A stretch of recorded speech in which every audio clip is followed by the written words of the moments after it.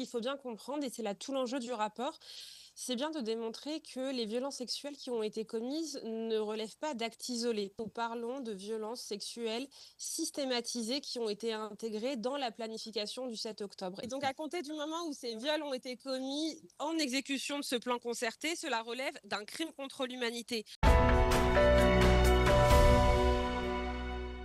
Depuis le 7 octobre, la question des violences sexuelles commises par les terroristes palestiniens est devenue l'un des sujets les plus sensibles et les plus douloureux de cette guerre. Et un nouveau rapport particulièrement détaillé est venu documenter une nouvelle fois l'ampleur de ces crimes. Un document qui évoque des violences sexuelles systématiques utilisées comme arme de terreur pendant l'attaque du Hamas et durant la captivité des otages à Gaza. Pour en parler, nous sommes avec Sarah Sialom qui a publié un long message sur réseau X après donc la publication de ce rapport. Sarah, bonjour, merci d'être avec nous ce matin Bonjour. depuis votre Ulpan à Netanya. Depuis mon Ulpan à Netanya. Alors Sarah, on va parler de ce rapport et ma première question, on a lu en tout cas votre compte-rendu très détaillé sur les réseaux sociaux de ce rapport. Et qu'est-ce qui vous a le plus, vous, personnellement, bouleversé à la lecture de ce rapport?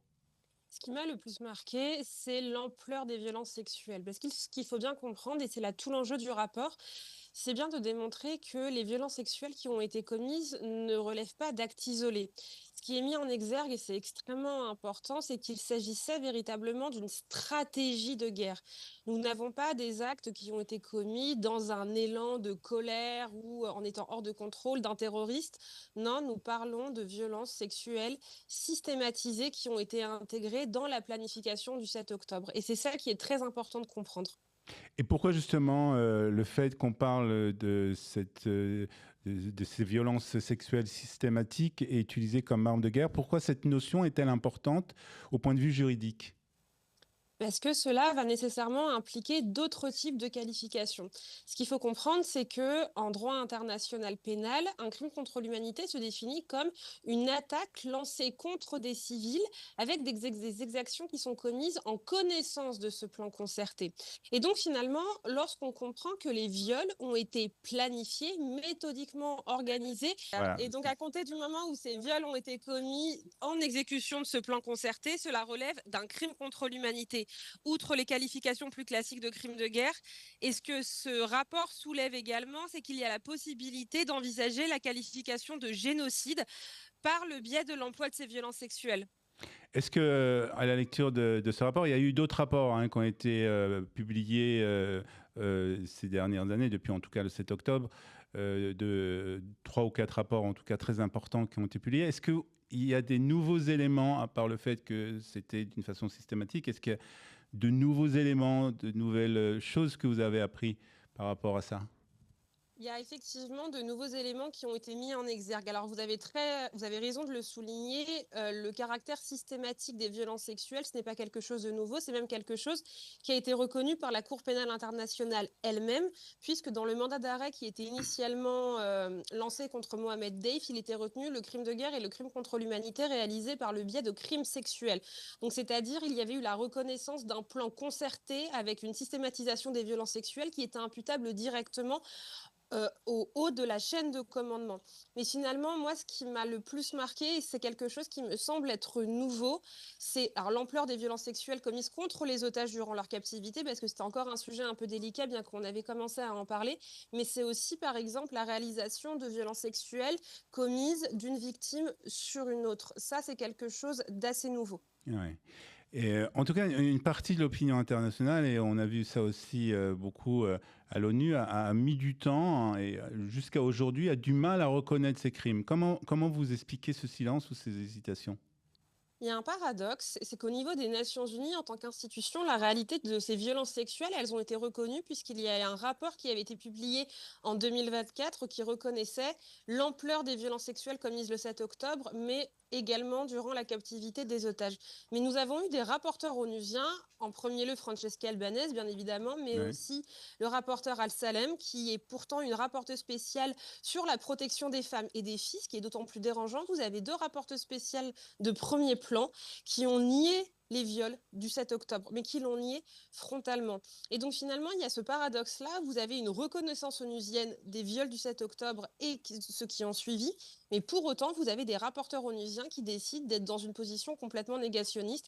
Et cela démontre juste que ces rapporteurs ne font pas du droit, qu'elles n'honorent pas la profession qui leur incombe, alors que c'est un mandat qui est très important, mais font du pur militantisme anti-israélien au point de s'en prendre à des femmes, à des hommes qui ont vécu parmi les pires exactions possibles dans un théâtre de guerre ce jour-là et ensuite. Est-ce que vous pensez que ce rapport va justement faire changer la vie de ces rapporteuses par rapport justement à ce qui a été déclaré précédemment sur ces violences sexuelles? Malheureusement, je ne le pense pas, puisque les rapports existent déjà. Vous avez Mhm. le mandat de la Cour pénale internationale, vous avez le rapport onusien, qu'on ne peut pas accuser d'être pro-israélien, parce que c'est notamment ce qui avait été argué contre un autre rapport qui avait été fait cet été. Oui, mais c'est un rapport israélien. En revanche, et c'est sans doute le plus important, ce rapport, il est fait pour être utilisé par la justice. C'est-à-dire que on est un peu plus de 300 pages, c'est extrêmement détaillé, il y a des milliers d'entretiens, des milliers de photos et de vidéos. L'idée, c'est aussi de pouvoir fournir ce matériel à la justice pour qu'elle puisse en faire quelque chose. Ouais. Et comme je vous l'expliquais, dans la mesure où la Cour pénale internationale avait déjà retenu la question des violences sexuelles systématisées contre les civils israéliens, c'est leur donner du nouveau matériel et peut-être éventuellement que de nouveaux mandats d'arrêt seront émis contre des dirigeants du Hamas sur ce chef-là. C'est-à-dire qu'il est possible qu'après la publication et la lecture de ce rapport par les autorités juridiques, il y ait une nouvelle procédure qui soit entamée? Au niveau de la Cour pénale internationale, il y avait initialement 3 mandats d'arrêt qui avaient été émis contre des dirigeants du Hamas, dont Mohamed Deif. Ces personnes ont été tuées lors de la guerre à Gaza et actuellement, vous n'avez plus aucun mandat d'arrêt visant des dirigeants du Hamas, qui est extrêmement problématique. Donc peut-être que cela pourra relancer de nouveaux mandats d'arrêt, mais ces matériaux pourraient aussi être utilisés par des juridictions nationales parce que, par exemple, en France, vous avez une information judiciaire qui est ouverte pour les attaques terroristes du 7 octobre, dans la mesure où vous avez eu de nombreux franco-israéliens Mhm. qui ont été touchés ou dont les proches ont été touchés, donnant compétence à la France. Donc peut-être que ça pourrait être aussi un matériel utilisé par les juridictions nationales qui sont saisies de ces faits-là. Mais c'est extrêmement important parce qu'on ne peut pas comprendre le 7 octobre sans comprendre les violences sexuelles. Vous savez, dans tout théâtre de guerre, il y a des violences sexuelles. C'est malheureusement une donnée qui est bien trop connue des spécialistes des conflits armés. Mais les viols en temps de guerre veulent dire quelque chose. Vous prenez par exemple dans le cas du génocide des Tutsis au Rwanda, le viol est un outil génocidaire. Ce n'était pas la même logique lorsque les viols ont été utilisés de manière massive en Syrie. Donc il faut étudier les violences sexuelles parce qu'elles disent quelque chose. Et ce qui est extrêmement important dans ce rapport, c'est qu'on explique comment ces violences sexuelles ont été réalisées. Notamment, ce qui ressort beaucoup, c'est que vous avez eu des viols collectifs, vous avez eu des viols dont on a imposé la vue aux proches des victimes. C'est revenu extrêmement souvent et c'est très dur à regarder. Des hommes qui ont été forcés de regarder leurs copines se faire violer devant eux avant de se faire tuer. Ou vous avez aussi le cas de mutilation de cadavres à caractère sexuel, des profanations de cadavres. On voit bien qu'il y a eu un acharnement sur le corps des femmes, aussi sur les hommes, parce qu'il ne faut pas les oublier, qui sont aussi des victimes. Mais on est majoritairement sur des femmes. On s'est acharné sur ces femmes. On ne les a pas tuées comme les hommes. Cela démontre bien quelque chose, parce qu'on sait très bien que les femmes dans le judaïsme ont une place qui est absolument centrale. C'est le cœur du tissu social. Et donc le fait de vouloir s'en prendre comme ça publiquement, que les viols soient vus, cela démontre quelque chose dans la logique du 7 octobre. Et cela met bien à mal toute la thèse dont on sait de toute façon qu'elle était complètement Ouais. infondée, mais d'un acte de résistance du Hamas qui aurait finalement mal tourné à cause des abus des uns et des autres. Non, le fait de s'en prendre aux femmes et aux hommes de cette manière était planifié, c'était un outil dans la stratégie du 7 octobre. Pour terminer, Sarah, au-delà de la dimension politique et juridique, quelle est la signification à vos yeux de ce combat? C'est simplement faire justice à ces femmes dont malheureusement il ne reste des fois que des cendres. Il y a un excellent documentaire qui avait été sorti qui s'appelait Scream Before Silence.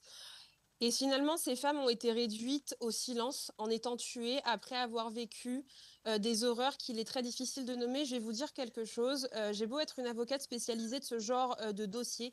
La lecture de ce rapport a été extrêmement difficile. Et pourtant, on n'a pas les images. mais la lecture est extrêmement compliquée. Donc c'est aussi faire justice à ces femmes, à ces hommes, à ces victimes qui ont été réduits au silence, qui ne sont plus là pour témoigner. Et c'est surtout même pour la postérité, pouvoir dresser le portrait le plus juste de ce qui s'est passé et que ces femmes, que ces hommes ne tombent pas dans l'oubli. Et c'est ça le plus important. C'est un combat pour la justice. Très bien, combat pour la justice, donc avec cette publication très dure de ce rapport très dur sur les violences sexuelles qui ont été commises après le 7 octobre et pendant le 7 octobre aussi. Merci en tout cas, Sarah, d'avoir Merci. été avec nous ce matin sur Studio Calissa. Bonne journée à vous.